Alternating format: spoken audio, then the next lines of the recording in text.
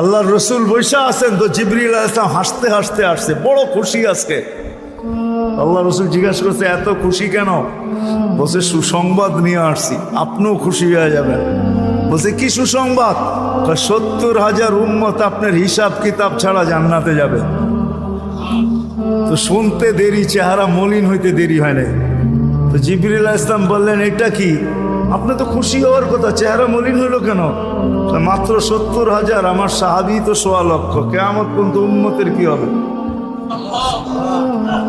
এই জন্য চেহারা মলিন। আপনি কি নিতে রাজি না?